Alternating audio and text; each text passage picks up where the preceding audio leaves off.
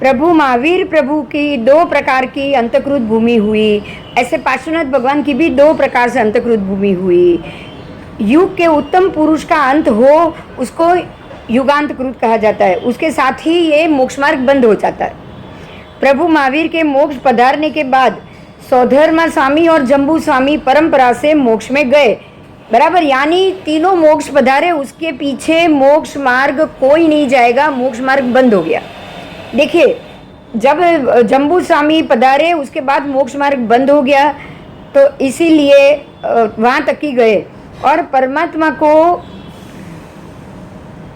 केवल ज्ञान उत्पन्न होने के बाद मोक्ष मार्ग शुरू हो, तो परमात्मा जब भी महावीर प्रभु को केवल ज्ञान हुआ उसके 4 वर्ष बाद मुक्ति मार्ग शुरू हुआ था। भगवान महावीर स्वामी के 4 वर्ष बाद, केवली होने के 4 वर्ष बाद ये शुरू हुआ था, तो ये बंद कब हुआ था उससे पहले जाएंगे। तो पार्श्वनाथ प्रभु के निर्वाण के, अब इसको हम जोड़ेंगे, प्रभु पार्श्वनाथ के समय को जोड़ेंगे। पार्श्वनाथ प्रभु को मोक्ष को कल्याण केवल ज्ञान हुआ था, तब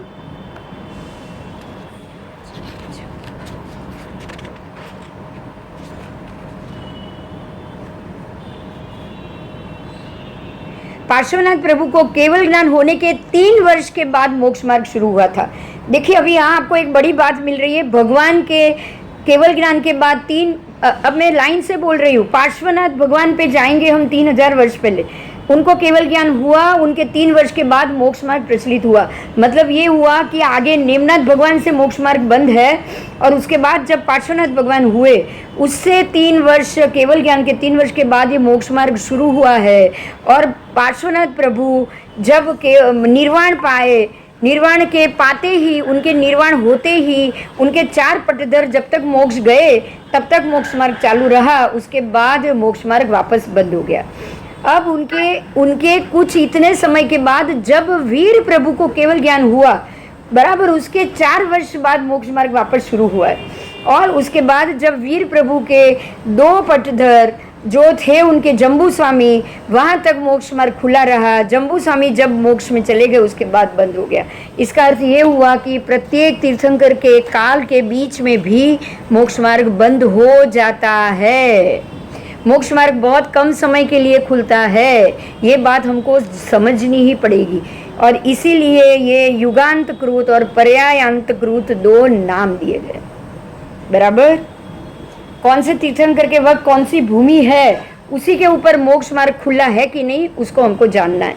तो आज ये बहुत समय पहले ये प्रश्न हुआ था कि परमात्मा ऋषभदेव भगवान के बाद 50 लाख करोड़ सागरोपम का अंतर पड़ा, उसके बाद अजितनाथ भगवान हुए, तो क्या तब तक मोक्ष मार्ग खुला था? तो उसके लिए भी ये पर्यांतकृत भूमि और युगांतकृत भूमि देखनी पड़ेगी। हो सकता है कि आदिनाथ भगवान के बाद भी ये युगांतकृत भूमि आए, तो अपने आप ये मोक्ष मार्ग बंद समझ लेना चाहिए। तो अब हम नेमिनाथ भगवान का चारित्र पढ़ेंगे, वहाँ भी ये जवाब मिल जाएगा कि नेमिनाथ भगवान से लेके पार्श्वनाथ भगवान तक तो ये बंद ही है, ये तो पता चल गया हमको, क्योंकि नेमिनाथ भगवान के वक्त भी उनके जाने के बाद बंद हो गया होगा, क्योंकि पार्श्वनाथ भगवान ने केवल ज्ञान के 3 वर्ष बाद ये मोक्ष मार्ग वापस खुला था, बराबर। ऐसे सभी परमात्माओं के बाद में, इनके केवल ज्ञान के बाद ही ये खुलता है, वो भी 3-4 साल बाद, क्योंकि कोई केवली भी तो होना चाहिए ना जाने के लिए, बराबर। ऐसे ही कोई हर बार केवली अपने आप केवल ज्ञान हो और चलता जाए, ऐसा होता नहीं, ठीक है। तो अब नेमनाथ भगवान का चारित्र में पढ़ रही हूँ।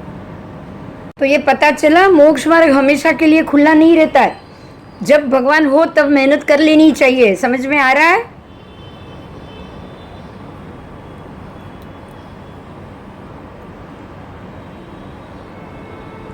आइए श्री नेमिनाथ भगवान का चारित्र करेंगे। उस काल और उस समय में अरहंत श्री नेमिनाथ प्रभु के 5 कल्याणक चित्रा नक्षत्र में हुए हैं। चित्रा नक्षत्र में प्रभु स्वर्ग से चौकर माता के गर्भ में उत्पन्न हुए। चित्रा में ही उन प्रभु का जन्म, चित्रा में ही दीक्षा, चित्रा में ही केवल ज्ञान और केवल दर्शन, और चित्रा में ही प्रभु मोक्ष पधारे। नेमिनाथ भगवान का च्यवन और जन्म चातुर्मास का 4था महीना और 7वां पक्ष कार्तक वध 12 के दिन 32 सागरोपम की स्थिति वाले अपराजित नाम के महाविमान से अंतर्रहित चवित होकर उसी जम्बूद्वीप के भरत क्षेत्र में सौर्यपुर नामा नगर में समुद्र विजय नामक राजा की शिवा देवी नामा रानी की कुक्षी में मध्य रात्रि में चित्रा नक्षत्र के साथ चंद्र योग प्राप्त होने पर गर्भतया प्रभु उत्पन्न हुए। यहाँ पर माता को स्वप्न दर्शन और व्यंतर देव से आया निधान आदि सर्व आगे की तरह ही हमको जान लेना। उस काल और उस समय में अरहंत श्री नेमिनाथ प्रभु वर्षा काल के प्रथम महीने में और दूसरे पक्ष में श्रावण सुद पंचमी के दिन 9 मास पूर्ण होने पर चित्रा नक्षत्र में चंद्र योग होने पर निरोग शरीर वाली शिवा देवी माता ने अपनी कुक्षी से पुत्र रूप में नेमनाथ भगवान को जन्म दिया। यहाँ जन्म महोत्सव समुद्र विजय राजा ने किया।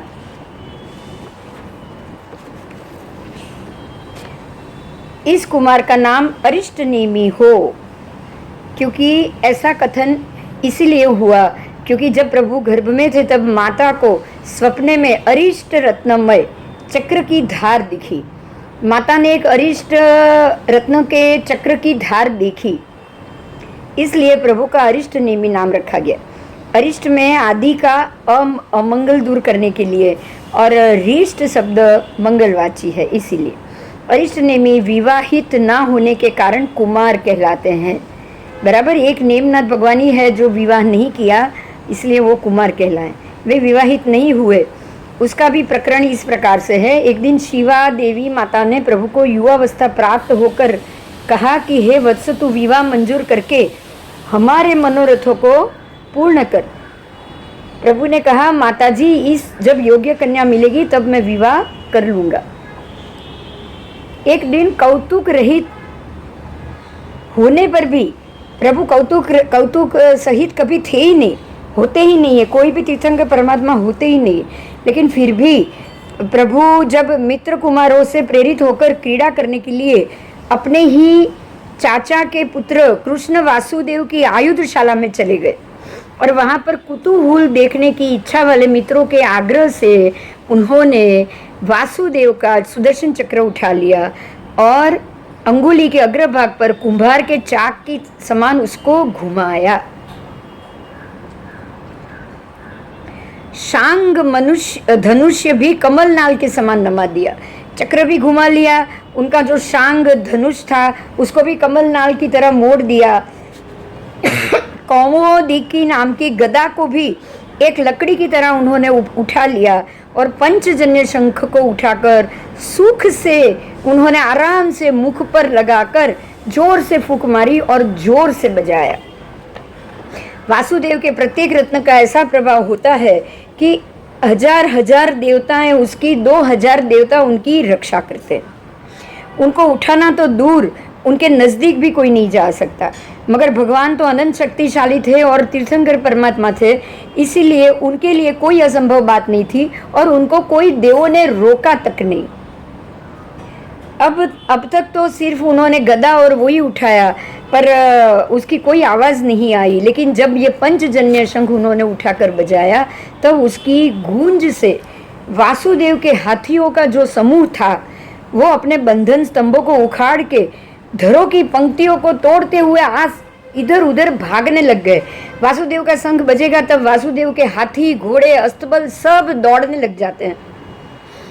वासुदेव के घोड़े भी तुरंत अपने बंधन तोड़कर अश्वशाला से भागने लगे। उस वक्त उस शंखनाद से सारा शहर अति व्याकुलता से बिल्कुल बहरा सा हो गया।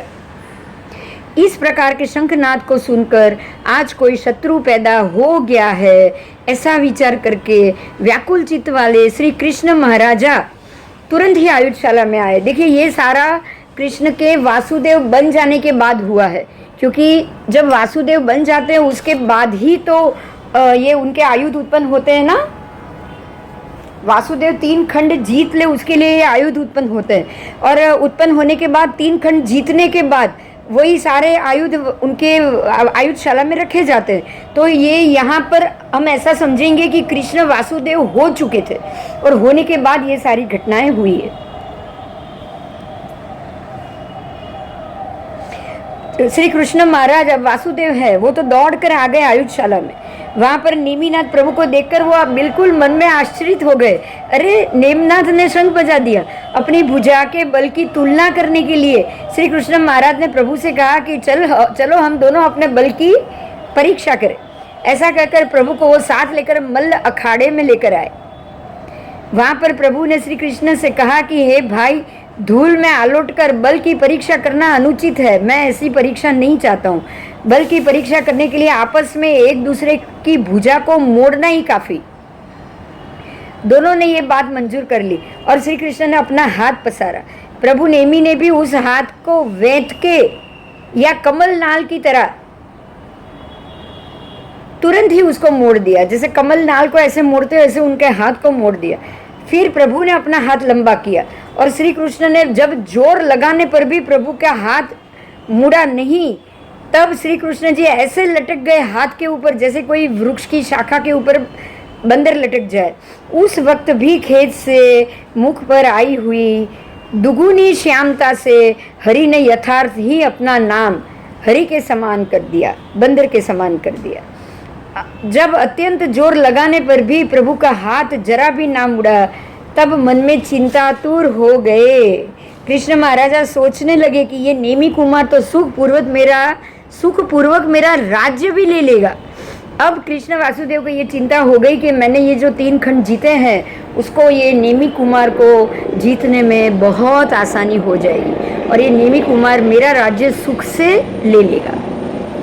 सचमुच तब तक तो भगवान ने दीक्षा ली नहीं थी और कृष्ण ने ये सोच लिया कि ये मेरा राज्य जरूर ले लेंगे और यही राजा बन जाएंगे। सचमुच में स्थूल बुद्धि वाले मूर्ख मनुष्य केवल कष्ट के ही भागीदार बनते हैं और फल बुद्धिमान ले लेते हैं। जैसे कि समुद्र का मंथन तो किया शंकर जी ने और उससे प्राप्त हुआ रत्न देवों ने ले लिए और जो जहर था वो शंकर जी को दे दिया। देखो, खाद्य पदार्थ को चबा चबा कर कष्ट से रसदार दांत बनाते हैं। देखिए, कोई भी कुछ खाना खाओगे तो उसको कष्ट कौन लगता है, उसको रसदार बनाने में दांत को, और जीभ स्वाद से उसको आराम से उगल लेती है। तो इस प्रकार से यहाँ ये उदाहरण दिया गया है। कर्म कोई करता है, मेहनत कोई करता है और फल कोई और भुगत कर लेके जाता है। अब प्रभु को विवाह मंजूर कराने के लिए गोपियों द्वारा प्रयत्न कराया गया। अब कृष्ण समझ गए कि अब ये तो शक्तिशाली है ही, अगर इनका विवाह हो जाए तो हो सकता है कि उनकी शक्तियाँ कम हो जाए। तो इस प्रकार से श्री कृष्ण बलभद्र के साथ विचार करने लगे कि अब हमें क्या करना चाहिए, क्योंकि ये तो नेमी कुमार तो मेरे से भी ज़्यादा शक्तिशाली है, उन्होंने मुझे हरा दिया है। इसीलिए अब सोचिए, ये है तीर्थंकर परमात्मा, 1000 हाथी का बल है, और ये है वासुदेव, तो वासुदेव में तो जाहिर है कि बल कमी होगा, परमात्मा से तो कमी होगा। तो दोनों विचार कर रहे हैं कि राज्य की इच्छा वाला नेमी कुमार तो बहुत बलवान है, अब हमें क्या करना चाहिए। तब आकाशवाणी हुई कि हे हरे, मतलब कि वासुदेव के लिए, कि पूर्व में श्री नेमी प्रभु ने कहा हुआ है कि 22वें तीर्थंकर नेमी नाम का कुमार अवस्था में ही दीक्षा लेगा। इस देववाणी को सुनकर भी कृष्ण निश्चित हो गए। अब कृष्ण समझ गए कि नेमी कुमार दीक्षा लेने वाले हैं, उनकी ना कोई बाद में पीढ़ी होने वाली है, इसलिए नेमी कुमार मेरा राज्य नहीं लेंगे।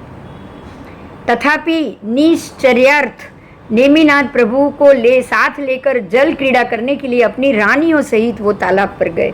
अब रानी और कृष्ण सबको लेकर नेम कुमार को लेकर वो तालाब गए हैं क्रीड़ा करने के लिए। वहाँ प्रेम से नेमी कुमार का हाथ पकड़कर कृष्ण ने तुरंत ही तालाब में प्रवेश किया। वहाँ पर नेमनाथ प्रभु को केसर का रंग वाला पानी सुवर्ण की पिचकारियों में भर भर कर सिंचित करने लगे। रुक्मणी आदि गोपियों को कृष्ण ने पहले से ही कहा हुआ था कि नेमी कुमार के साथ निशंकतया क्रीड़ा करके उसे विवाह के लिए तैयार करो। तो ये पहले से प्लान था सबका। कितनी गोपियों ने प्रभु पर केसरी उत्तम जल समूह फेंके, कितनी गोपियों ने पुष्प समूह की गेंद बनाकर प्रभु की छाती पर मारने लगे। इस तरह से सारी गोपियाँ और रानियाँ मिलकर नेमी कुमार को तीक्ष्ण कटाक्षों के बाण के द्वारा बींधने लगे।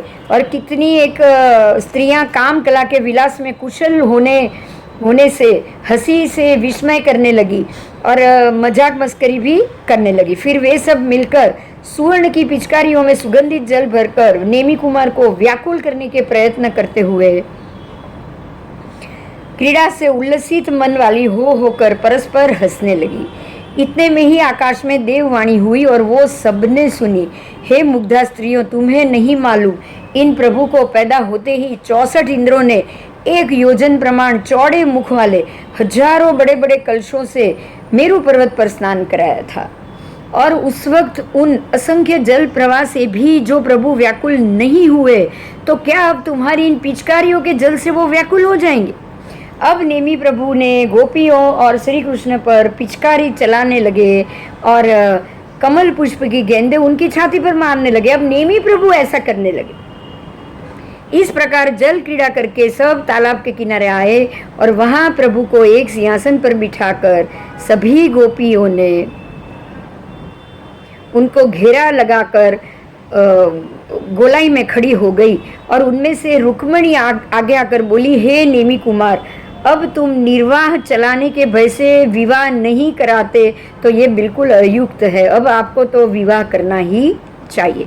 सत्यभामा ने कहा, ऋषभदेव आदि सभी तीर्थंकरों ने भी विवाह किया हुआ है, राज्य को भी भोगा है, विषय सुख भी भोगे, और तुम्हें बहुत से पुत्र, और उनको तो बहुत से पुत्र भी हुए थे। ऋषभदेव भगवान को 100 पुत्र थे, पता है।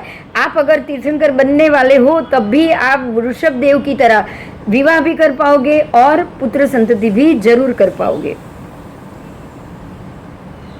उनको पुत्र भी हुए, इसीलिए फिर वो बाद में मोक्ष गए।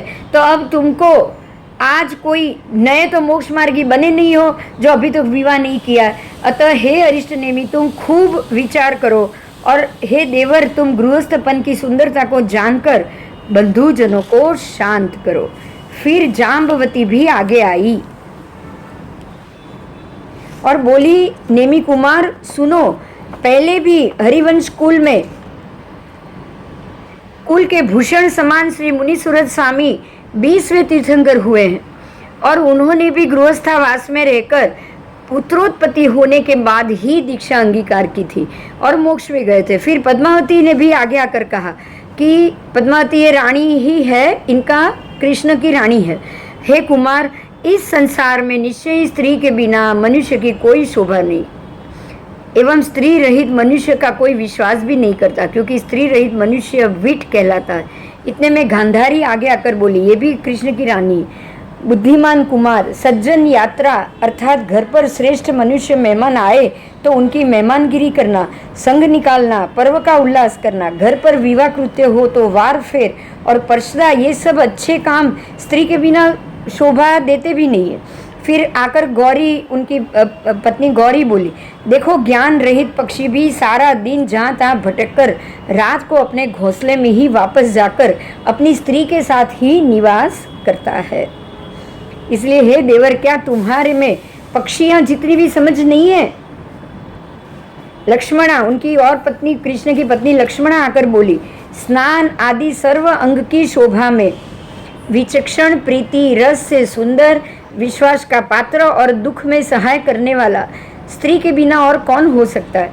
अंत में सुशीमा, उनकी कृष्ण की पत्नी सुशीमा कहने लगी, स्त्री बिना घर पर आए मेहमानों की और मुनिराजों की सेवा भक्ति कौन करेगा? अकेला पुरुष शोभा भी कैसे प्राप्त कर सकता है? इस तरह सभी कृष्ण की एक गोपियों के वचनों और यादवों के आग्रहों से मौन रहे हुए और जरा जरा सा मुस्कुराते हुए प्रभु को देखकर अनिषिद्धम अनुमतम, मतलब कि उनकी जब जिस बात का कोई उन्होंने मनाही नहीं की उस बात को रजामंदी समझ लेनी चाहिए, ऐसा कुछ नियम है। उस नियम से, उस न्याय से उन गोपियों ने ये घोषणा कर दी कि नेमी कुमार ने विवाह करना मंजूर कर लिया है, क्योंकि अगर आपको निषिद्ध हो तो आपको मनाही करनी पड़ेगी। ऐसा न्याय होता है कि अगर मनाही नहीं की तो हाँ ही समझ लेना चाहिए। अब श्री कृष्ण महाराज को अपने मनोरथ को सफल होता हुआ देखकर शीघ्र ही राजा उग्रसेन के राजमहल का रास्ता उन्होंने ले लिया। उसकी महान रूपवती पुत्री राजूमती से उनकी मंगनी तय कर ली और क्रोस्टिक नामक ज्योतिषी से विवाह का शुभ दिन भी पूछ लिया। उन्होंने कहा इस वर्षा काल में अन्य शुभ कार्य नहीं करते, फिर गृहस्थों के लिए मुख्य कार्य विवाह की तो क्या बात। समुद्र विजय राजा ने कहा कालक्षेप की जरूरत नहीं, क्योंकि कृष्ण जी ने बड़ी मुश्किल से नेमी कुमार का विवाह मंजूर कराया है, इसलिए जिसमें कोई विघ्न ना आए ऐसा नज़दीक का दिन बताओ, जल्दी से जल्दी नज़दीक का दिन बताओ। और ज्योतिषी ने इसी चौमासे में, देखिए मना किया ज्योतिषी ने कि चौमासे में विवाह नहीं होता है, लेकिन फिर भी जल्दी से जल्दी कहा नेम कुमार मना ना कर दे, ये सोच के जल्दी से जल्दी दिन निकाला गया और श्रावण सुदी छठ यानी कि तुरंत चौमासे के बाद का शुरू होते ही तुरंत का दिन आ गया है। मुश्किल से 20 दिन गए होंगे चौमासे को, बराबर। श्रावण सुदी छठ का दिन भी तय हो गया। प्रभु का विवाहोत्सव उत्तम श्रृंगार युक्त, प्रजा को हर्षित करने वाले, रथ में बैठे हुए, उत्तम छत्र धारण कराए हुए, समुद्र विजय आदि दशार्ह और केशव बलभद्र आदि विशिष्ट परिवार वाले, शिवा देवी आदि स्त्रियों से जिसके धवल मंगल गीत गाए जा रहे हैं, ऐसे श्री नेमी कुमार ब्याहने को चले। आगे जाकर नेमी कुमार अपने रथवान से पूछा कि ये पताकाओं से सुशोभित महल किसका है।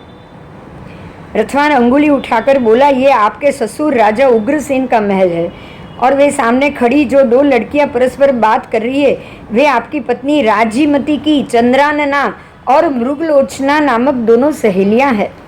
उस वक्त नेमी कुमार को देख मृगलोचना और चंद्रानना एक दूसरे से बातें करने लगी कि हे सखी, स्त्रियों में तो एक राजीमती ही प्रशंसनीय है कि जिसका हाथ यह एक ऐसा दूल्हा पकड़ेगा। चंद्रानना मृगलोचना से बोली यदि विज्ञान में निपुण विधाता भी ऐसी अद्भुत रूप राशि वाली मनोहर राजीमती को बनाकर ऐसे उत्तम वर के साथ उसका मेल ना मिलावे तो क्या प्रतिष्ठा प्राप्त करेगी। इधर बाजों का नाद सुनकर राजीमती की माता भी घर से बाहर निकलकर वहां आ गई। सहेलियों के बीच आकर राजीमती बोली सखियां, आडंबर सहित आते हुए वरराजा को तुम अकेली ही देख रही हो, क्या मैं नहीं देख सकती। ऐसा कहकर बलपूर्वक उनके बीच में खड़ी हो रथारूढ़ नेमी कुमार को आते देख आश्चर्यपूर्वक सोचने लगी कि क्या ये पाताल कुमार है या स्वयं कामदेव है अथवा इंद्र है या मेरे पुण्यों का समूह ही मूर्तिमान होकर आया है। जिस विधाता ने सौभाग्य आदि गुण राशि वाले ईश्वर का निर्माण किया है, मैं उसके हाथों पर वार फेर करती हूँ। इतने में ही मृगलोचना ने भली प्रकार राजीमती का मनोगत भाव जानकर प्रीतिपूर्वक हास्य से चंद्रानना से कहा, हे सखी चंद्रानना, यद्यपि ये वर सर्वगुण संपन्न है तथापि इसमें एक दूषण तो है ही, किंतु इस वर को जाने वाली राजीमती के सुनते हुए वो कहा नहीं जा सकता।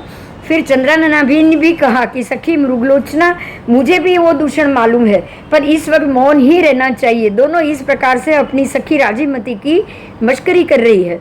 ये सुनकर राजीमती लज्जा से मध्यस्थता दिखलाती हुई बोली, हे सखियां, भुवन में अद्भुत भाग्यवती किसी भी कन्या का ये भरतार हो, परंतु सर्व गुण सुंदर ऐसे इस वर में जो दूषण बतलाया जाता है वो सचमुच ही दूध में पूरे जो दूध में जो पूरे बनते हैं ना, वो बतलाने के समान है। दूध के पूरे कोई बता नहीं सकता, इतना मुश्किल होता है, तो ऐसे ये दूध में पूरे बतलाने के समान है। फिर दोनों सखियां विनोद पूर्वक बोली, हे राजीमती, प्रथम तो वर गौर वर्ण वाला होना चाहिए, वर गोरा होना चाहिए, तेरा वर तो काला है। दूसरे गुण परिचय होने पर मालूम पड़ेंगे, लेकिन दिखने में तो गुण मालूम पड़े, परंतु वो गोरापन तो इसमें काजल के समान, बराबर। वो गोरा तो है लेकिन काजल के समान। देखिए कितना बढ़िया अंदाज से दोनों सहेली मजाक कर रही है।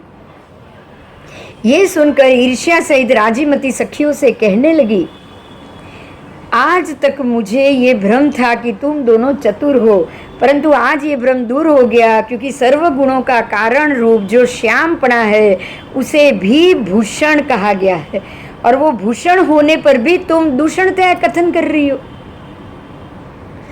अब तुम सावधान होकर सुनो, श्यामता और श्याम वस्तुओं का आश्रय करने में कैसे गुण रहे हुए हैं, कैसे केवल गौरपणे में कैसे दूषण हो सकते हैं। श्याम में भी गुण हो सकते हैं और गौर में भी दूषण हो सकते हैं। सुनो, पृथ्वी, चित्रावेल, अगर, कस्तूरी, मेघ, आँख की कीकी, केश, कसौटी, स्याही और रात्रि, ये सब काली वस्तुएं माँ फल वाली होती। ये श्यामता के गुण बताए। और कर्पूर यानी कि कपूर, चंद्र में चिन्ह, कपूर में कोयला होता है, कपूर के अंदर कोयला, कोयले से कपूर बनता है। चंद्र में जो चिन्ह पड़ा है वो वस्तुओं की, आंखों में कीकी, भोजन में काली मिर्च और चित्र में रेखा, ये वस्तुएं अगर ना हो, श्याम रंग वाली ना हो, तो सफ़ेद वस्तु की शोभा बढ़ेगी ही नहीं। उत्तम तरीके से बताया। ये श्यामता में के आश्रय में गुण समझना चाहिए। अब सफ़ेद गुणों के दूषण देखो। नमक सफ़ेद होने के बावजूद खारा, बर्फ़ सफ़ेद होने के बावजूद अंदर से वराल निकल रही है, दहनकारी है। अति सफ़ेद शरीर वाला रोगी होता है। चूना भी परवश ही गुण वाला, क्योंकि वो पान में मिलने पर ही रंग देता है।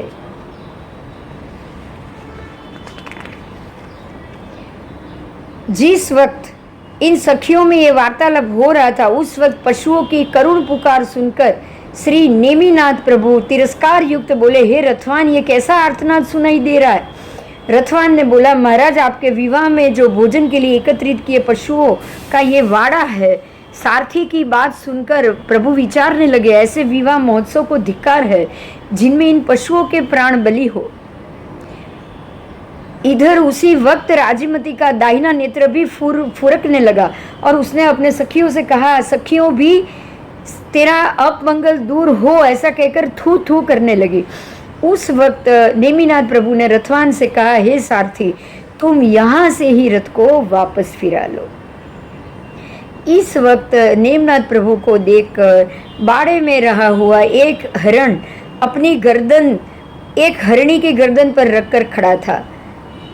मानो प्रभु को देखकर हरिण कह रहा है कि हे प्रभु, मेरे हृदय को हरण करने वाली इस हरिणी को मत मारो।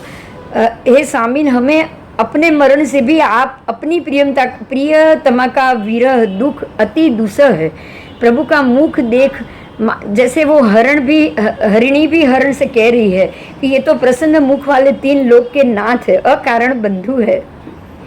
इसलिए हे वल्लभ, इन्हें सर्व जीवों के रक्षण की विनती करो। तब मानो पत्नी से प्रेरित हरण प्रभु नेमिनाथ से कह रहा है, हे प्रभु, झरनों का पानी पीने वाले, जंगल का घास खाने वाले, जंगल में ही रहने वाले हम निरपराधियों के जीवन का आप रक्षण करो। इस प्रकार समस्त पशुओं ने प्रार्थना की। तब प्रभु ने कहा, हे पशु रक्षकों, इन पशुओं को छोड़ दो, मैं विवाह नहीं कराऊंगा। प्रभु श्री नेमिनाथ के वचन से पशु रक्षकों ने उन पशुओं को छोड़ दिया। सारथी ने भी रथ को वापस फेर लिया। जो कुरंग हरिण चंद्रमा के कलंक में, राम सीता के विरह में भी हरण, बराबर चंद्रमा के कलंक में भी हरण, और नेमिनाथ प्रभु से राजीमती के त्याग में कारणभूत भी हिरण। देखिए, तीनों में हिरण ही आया है, तो वो सचमुच कुरंग ही रंग में भंग करने वाला होता है। इधर समुद्र विजय और शिवा देवी आदि स्वजनों ने तुरंत ही वहां आकर रथ को अटकाया।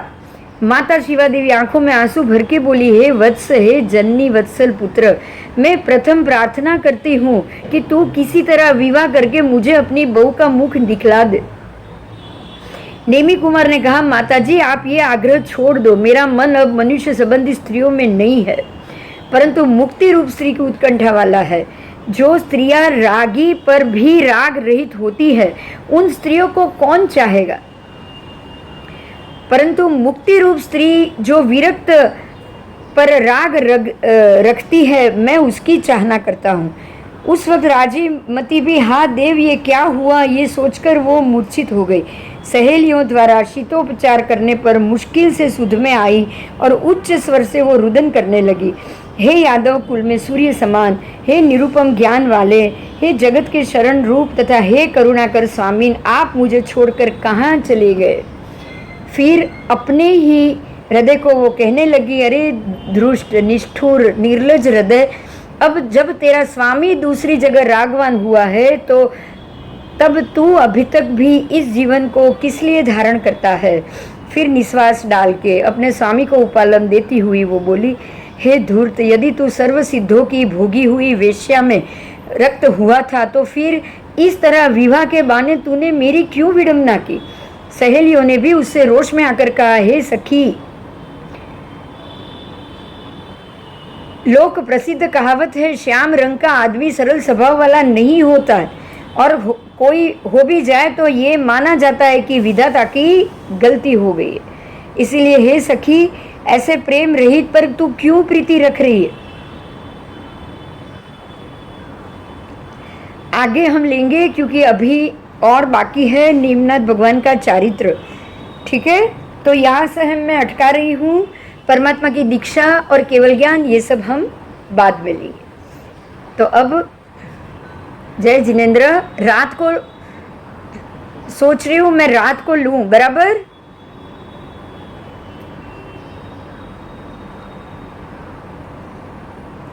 देखते हैं आज रात को ले पाते हैं कि नहीं। 9 बजे आप आ जाइएगा, रात को 9 बजे लेंगे, थोड़ा ही हो पाएगा।